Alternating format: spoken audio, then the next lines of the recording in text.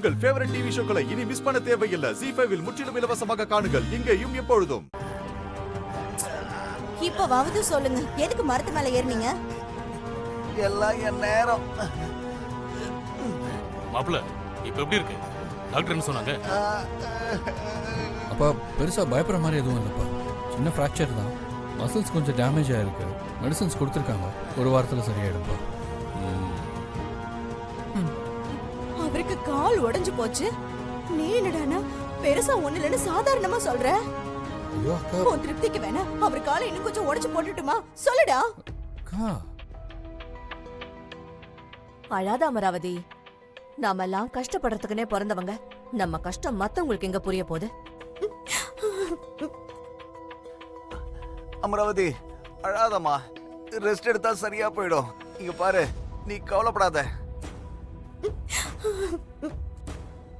நீங்க எதுக்கு மாப்பிள்ள மரத்து மேல ஏறுனீங்க?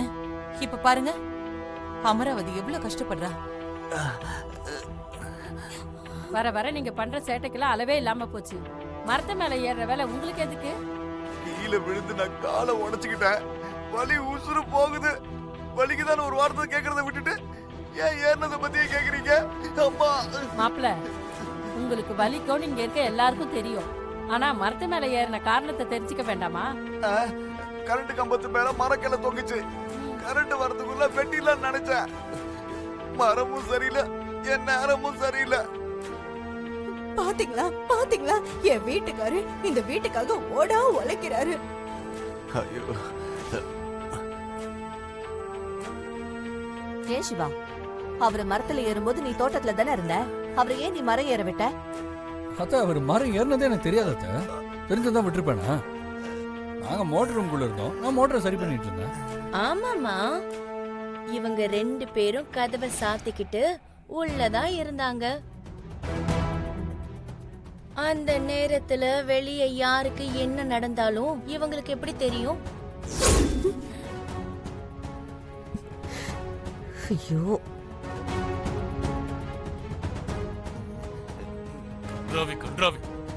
எங்க எப்படி நடந்துக்கணும்னு கூடவா தெரியாது?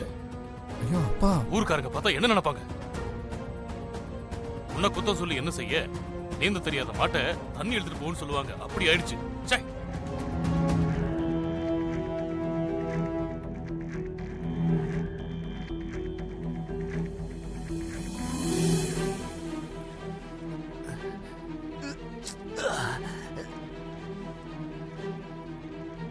இந்த மாதிரி ஒரு அதிசயமான புருஷன் பொண்டாட்டிய நான் பார்த்ததே இல்லப்பா. இவ்ளோ பெரிய வீடு இருக்கு, அதுல தனியா ரூம் வேற இருக்கு. இதுக்கு மேலயும் மோட்டார் ரூம் தேவையா? அசிங்கம் அசிங்கம். ச்சே.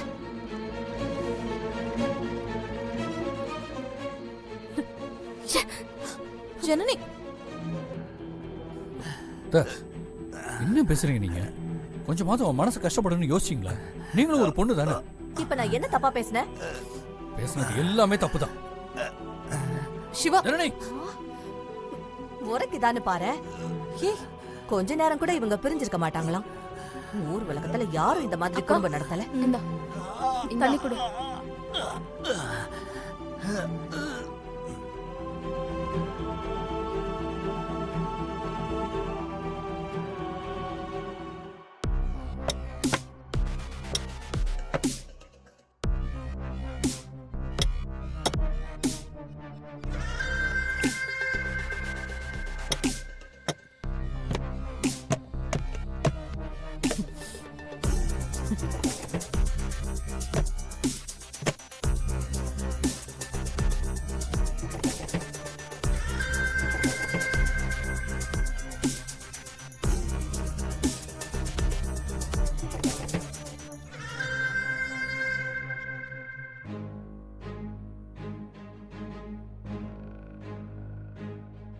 வீட்டுல எல்லாரும் மோசமா பேசினதை கேட்டு இவ ஏதோ வருத்தப்பட்டு அழுதுட்டு இருப்பான்னு நினைச்சு சமாதானப்படுத்தலாம்னு நினைச்சு வந்தா இப்படி சாப்பிட்டுக்கிட்டு இருக்கா.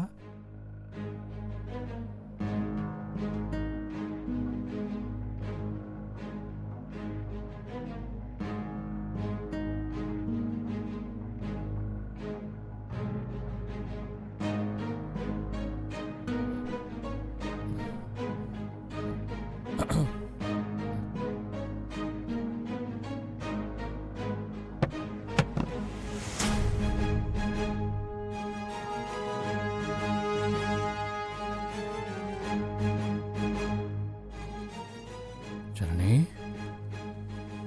அவ்வளோ பசியா?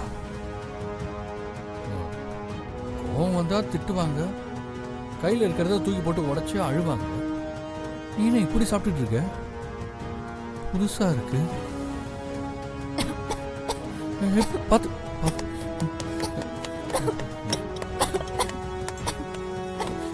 இந்தா தண்ணி குடி.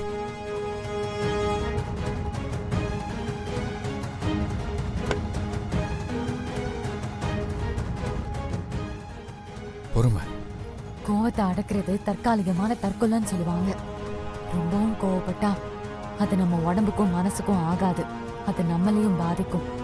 அந்த கோவத்தை வெளிப்படுத்தினா மத்தவங்களையும் பாதிக்கும்.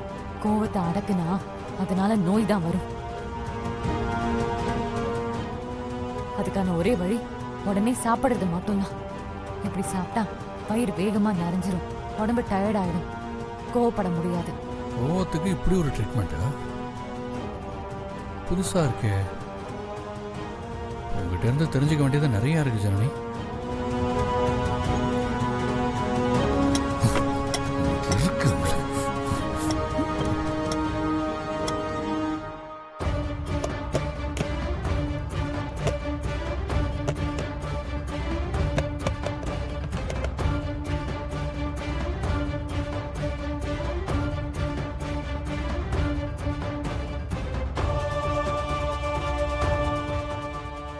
நீங்க அதே கோவம் தான்.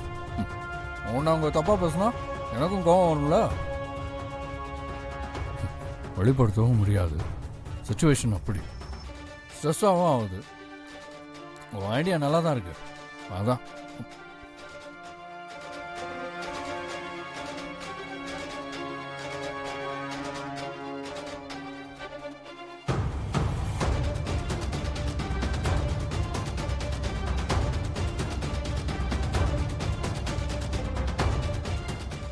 ரெண்டு பேரும் உள்ள போனாங்க, சத்தத்தையே காணோம்.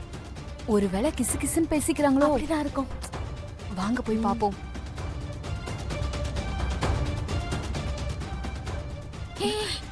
என்ன அங்க பாரு.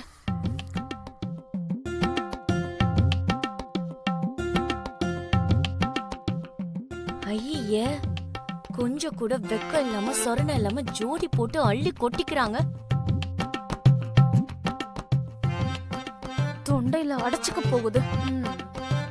நாம ஒரு ரூட்ல போனா அந்த ஜனனி ஒரு ரூட்ல போறானா? சரி வாங்க, வேற பிளான யோசிப்போம்.